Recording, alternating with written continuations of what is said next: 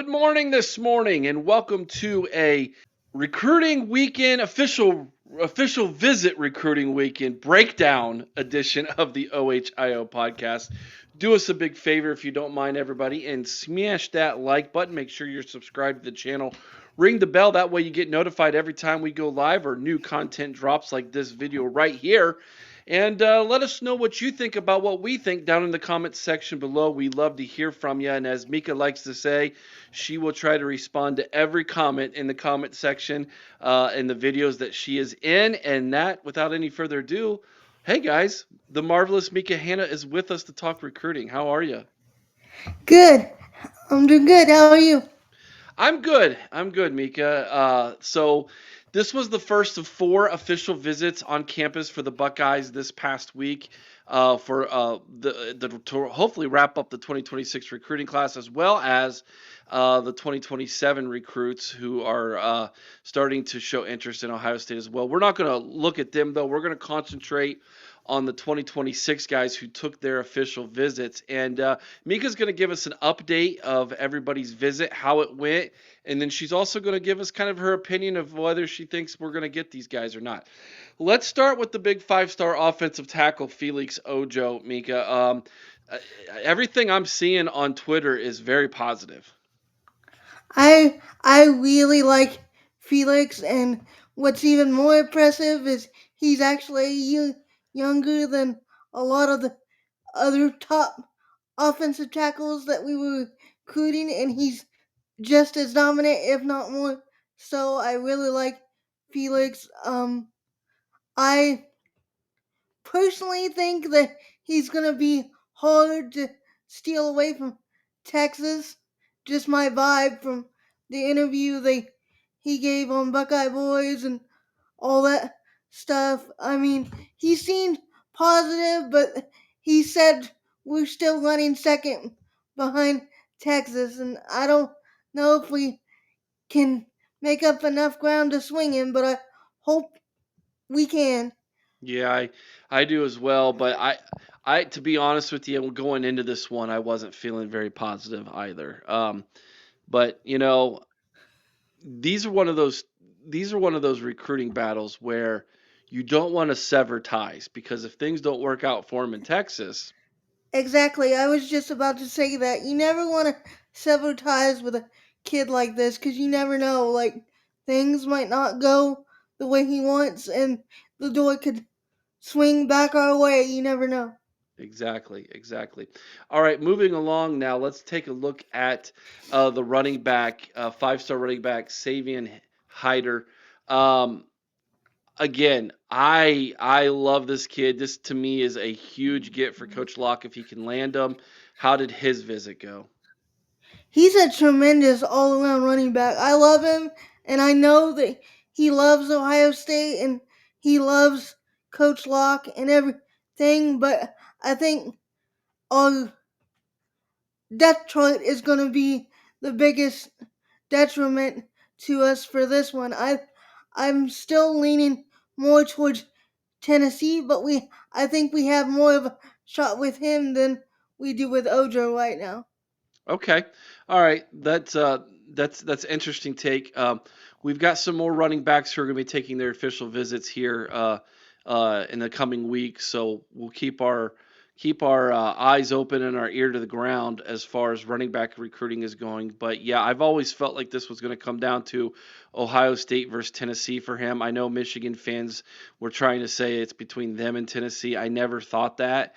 I still think it's going to end up being between the Vols and the Buckeyes for Savion. All right. How about five-star linebacker Xavier Griffin? I I he's my second favorite running back in the class behind Tyler Atkinson. But again, I think he probably I'm getting a vibe that he's going to go to Alabama, even though he's really high on James Laurinaitis. I give James an outside shot to land this one, but right now I'm really feeling Atkinson. So Yeah, and I'll tell you, I'll be honest with you on this one. The fact that Ohio State is even being considered at this point, I think, is a win. Uh, that tells Yeah, you how much ground they made up in this recruitment. Um, and here's the other thing too: if things fall apart in Tuscaloosa, Alabama this year, I don't know that Caleb DeBoer is going to necessarily last. I mean, exactly. Because I know that fan base was not happy how they finished that year. And I think if he has another bad year, they might just start looking other places. yeah, and if that's the case, then it's going to be open season on Alabama recruits again. And last time that happened, it went really well for the Buckeyes. Yep. And I like where we stand with Tyler and Sincere. So if we can get CJ, Tyler, and Sincere, that's a heck of a running back class for us. Yeah, And then great if things linebacker don't, class. and then if oh, did I say running back? Yeah, I meant linebacker. My bad. that's okay. Um, but yeah, that'd be a heck of a linebacker class for us. And then if we have to swing back in and get Xavier, I think we could go to four if he was interested. Sure. Yeah, that's you never tell a five-star no. That's for sure. Because he could be like a stand up edge too. Yeah. Let's go ahead and flip it over to the other side of the ball. Let's go up front here. Um, you've been really high on Luke Waffle, if I'm not mistaken, haven't you? Yeah, yeah, he's my number one DE. He's the guy I really hope we get. He just reminds me so much of Jack Sawyer. I love his energy and he just plays with his hair on fire like all the time. And he's the leader type of kid and I know we really impressed his dad during this visit and I think we made a really big move to land him. Excellent. So, are you thinking we're in the lead with his recruitment? Yeah, right now I think we're in the lead, but he's still got visits to USC and Texas, and his brother plays for Penn State, so you always gotta watch that. But Okay. they seem to be really impressed with the plan that Larry Johnson and all of us laid out for him. So I'm optimistic on that one, very optimistic. What about the other defensive end, Jake Cruel? Um, I think we could land him if we push for him, but I like a chances with uh I want to say his name right. Collie Wilder better. The Okay. send I can't say the name of his high school at all. It's Junipalo Okay. High School. I will He's look it a up for you. he's a DE slash defensive tackle guy. I think he could play both, and I think we're gonna see more of us recruiting the guys that could play both tackle and in the future because I think that's just gives Matty P more to play with in Yeah, terms it of does. prospects, and Yeah. we can go 3-4 or 4-3 and mix up our fronts and do some more stuff like that. Yeah, so Kerry Wilder is 6'4", 260, Junipero Sierra High School in Gardena, California. Yeah, I have a hard time saying that high school name. I That's don't all know why. right. No problem. But yeah, Kerry Wilder was someone I was super high on before the visit as well. His recruitment's moving very fast, and it feels like to me that he could be one of those who ends up committing here in the coming weeks, If possibly. you read his uh, if you read like the stuff he's said on like Twitter and what other sites have been saying, he was very impressed by what he saw at Ohio State, and I really think if we push for him, we can land him. And what I really like about him is he's he's very long, and he does a good job get, getting push up front and using his arms, and he's not he's great with his hands, and he could get even better learning under LJ. I think because he's already showing kind of that tenacity to get through to the quarterback and get push up front and stop the run. So I think we got a real good chance with him. Keeping it on the inside of the defensive line here, I failed to mention this guy in Saturday's video. Three-star defensive lineman Cameron Brickle, 6'2", 305 pounds, IMG Academy from Bradenton, Florida. I do believe he was on campus as well. Yeah, he was. I think I really like his size. Um, he's not he's not quite the as big as like a guy like Preston Kelly or like um in terms of height wise. I think Preston's a little longer and but I think he's got more lower body explosiveness like just to get push off the ball, but I don't know. I think he might stay south. Okay. But I think if we push for him, we can land him. But I think it all depends on what happens with Deuce Gerald's and what happens with Jameer Perez. Because I think if we push for Jameer, we can land him, and he's going to visit, I think, the 13th of June. Okay, so in a couple weeks. Let's flip it back to the other side of the ball. And before we wrap up with offensive line talk, I want to talk a little bit about this tight end situation. So you had Corbin Fordham on campus. Now Corbin is already committed to Ohio State. Chris and I are super high on Corbin. We love his film. We think he's going to be a great fit for Ohio State. Incredibly athletic, 6'3" and a half, 215 pounds. Plays at Boyles High School in Jacksonville, Florida. We think his overall 247 Sports composite ranking is just criminal at 473. I definitely I think he's a agree. I think he's a four-star 250, top 250 kid all day long. But on campus with him was another tight end, this one from the state of Illinois. And of course, I'm talking about four-star tight end Mac Suter. Mac Suter from Dunlap, Illinois, Dunlap High School. He's a top 100 kid, borderline five-star. Some consider him one of the top tight ends in the country. How did that visit go? He came away really impressed and he gushed about Keenan and how he pours everything into his kids that he recruits. And I honestly think that we may be the front runner for him right now. Oh, Uh, really? but he's got a visit to Alabama scheduled, and Alabama was the favorite. And I think he's also going to be visiting his home state Illini too. Yeah, So, okay. but I think we moved into the favorites from what I've read and what I've gleaned from his comments and just talking to people. Just we made Keenan made a huge impression on this kid, and he's a tremendous athlete.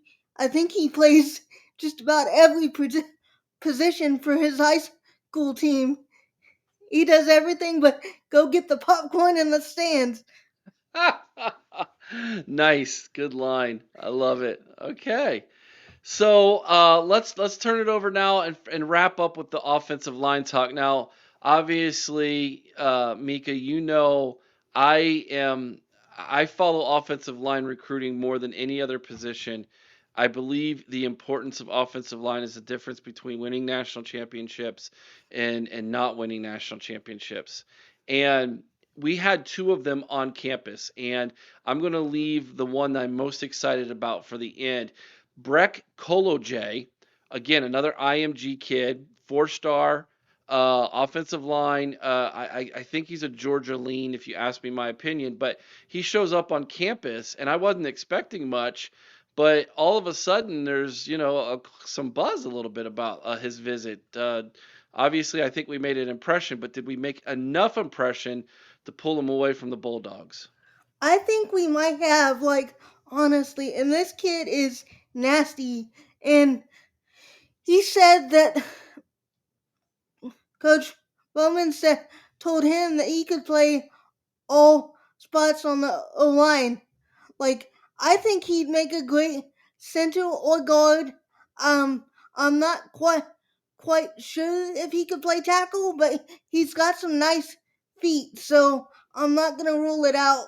He's very active feet when you watch his film, and that's one of the first things I look at when I look at offensive line film. Like, you gotta pay attention to their feet. Indeed, absolutely. Having a good athletic base as an offensive lineman is so critical. And he's got um good enough size and good enough reach that I think he could play tackle if we needed him to. He's similar to like a Donnie Jackson, not Mhm. like prototypical tackle size, but I think he could if we needed him to. Yeah, 6'5" and a half, 320 pounds currently. Now, this next kid we're going to talk about, he's definitely a tackle. He's a prototypical tackle. 6'7", 300 pounds, incredibly athletic. Of course, I'm talking about Aaron Thomas from Mountain Point High School in Phoenix, Arizona. Three-star kid, ranked 600 nationally in the composite, the 50th highest ranked offensive tackle.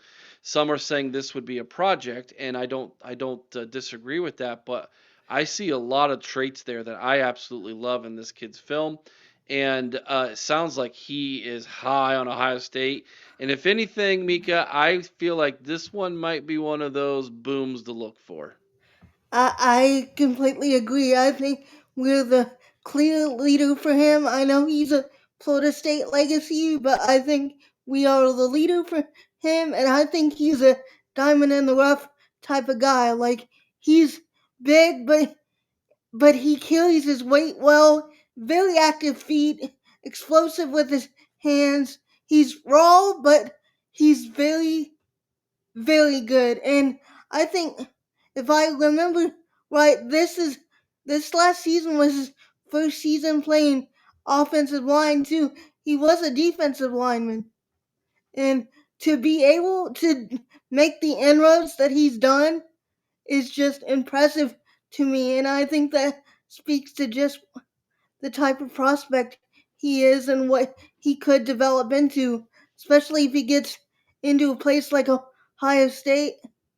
I think we could really turn him into something great. He would be the one that I would look to get a commitment from first out of all these guys that you've named. Yeah, I agree with you 100%. So that's good that we are on the same wavelength, Mika, because that means that I'm thinking in the right way. Because my dear, are the recruiting guru. Everybody knows you as that. Everybody who follows Ohio State football on any of the podcasts and on social media knows that Mika Hannah knows her stuff when it comes to recruiting. And I even so I even got a shout out on Bucknuts today. I was excited. there you go. There you Bill go. Bill Carlake and Mark Porter shouted me out. That meant a lot to me. That was cool. Well, they shout you out, and well, we're just gonna make sure that give you your voice here on the OHIO podcast. So well, I'm no dummy, Mika. Let me tell you, I know, and hear talent when I see it. So I Well, I appreciate. enjoy it. It's fun. I appreciate you jumping on with me and giving me the scoop, the lowdown of all the recruiting ins and outs from this past weekend. You're going to want to keep it right here on the OHIO podcast, everybody. We will have another big, massive recruiting video for you coming up this weekend that will preview who's on campus again for week number 2 in the official visits in the 2026 class. Of course, if there are any booms, you can look for Chris and I to drop a recruiting highlight film for all of you for members only. If you're not a member, please consider being a member. It only costs $3.99. And after you've been a member for a month, Mika, tell them what they get. An awesome shirt that says that you are a member. I have my own. It's awesome. You can't see, but I'm wearing it right now. It's cool. Oh, that's so awesome, Mika. I didn't know you were wearing your official member t-shirt. That's Yep. great. Oh my gosh, that's fantastic. We're gonna have some new merch coming out here for everybody as well. But yes, please consider signing up to be a member right here on our YouTube channel. It only costs $3.99. You'll get that members only content that is just for you. You will also get that official T-shirt. And here coming out very soon, Chris and I are working on year number 2 of our season preview magazine for Ohio State. It is the best magazine you can get for Ohio State. Listen, a lot of preview magazines give Ohio State a couple pages, maybe an article or two. This whole magazine is about Ohio State. We break down every game in the season that they have. So all 12 regular season games, we have articles, we've got the roster, we've got the recruiting rankings, we got the our Big 10 predictions, we've got everything in this magazine. And if you're a member, you get a online copy absolutely free. Just our way of saying thank you for being a member. So sign up right now, $3.99 a month. That way when it drops, you will get it in your inbox. All you have to do is become a member. Send us an email at theohiopodcast@gmail.com. Let us know who you are so we can get in contact with you. We have a personal relationship with every single member here at the OHIO podcast, just like Mika. And who knows, maybe someday down the road, you too can get a logo just like her with a nickname that says Marvelous, whatever your name is. But there's only Just, one Marvelous one, and it's just not not even mine. Mine is trademarked. it's right. It's not even Marvin Harrison, folks. It's Mecah Hannah. She's the marvelous one. So we appreciate Mika dropping all that information on our lap and on your lap this morning. Mika, thank you for hopping on and doing this video with us. Anytime. My All right, pleasure. guys. Thank you so much. As always, guys, you all know what to do. Till next time, be kind to one another. I owe someone's OH. Sing Carmen, Ohio with all your heart. OH! IO.